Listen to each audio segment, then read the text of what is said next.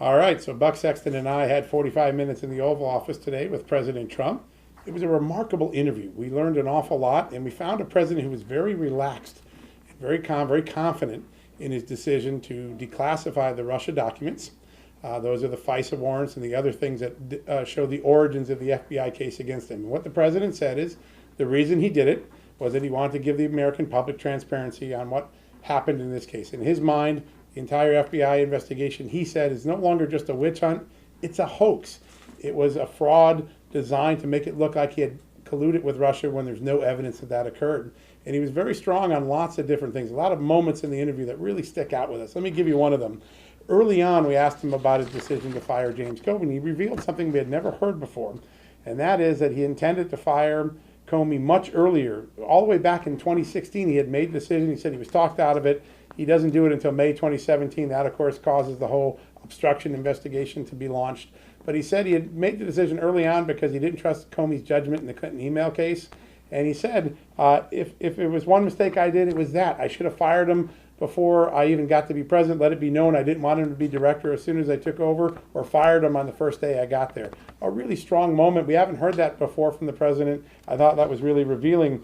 Another time, he talked about his efforts to bring all this to light, to fight the FBI, to show he didn't collude with Russia, and to expose what he said was a corrupt investigation. He said those famous text messages by Page and Strzok, the two FBI agents, really were key to showing that this was a deceptive, dishonest investigation.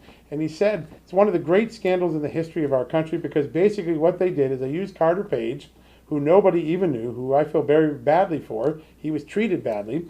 They used Carter Page as a foil in order to just surveil a candidate for the presidency of the United States. A very strong word. He accused the FBI of making it an excuse, a pretext, just so he could spy on a campaign. Thought that was really strong. I thought another thing is this entire fight with the FBI, he said, might become one of the crowning achievements that I was able to, through the help of a lot of good people, to expose something that is truly a cancer in our country. He called the FBI corrupt investigation of Russia, his words, a cancer on the country. I thought that was a really great moment where you really got some insights to how the president really feels about this investigation.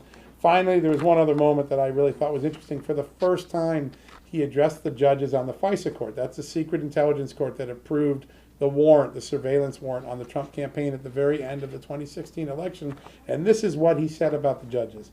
One of the things I'm disappointed in is that the judges in the FISA court don't seem to have done enough. I'm very disappointed. Now, I may be wrong. Maybe as we sit here, they're doing some sort of review, he told us.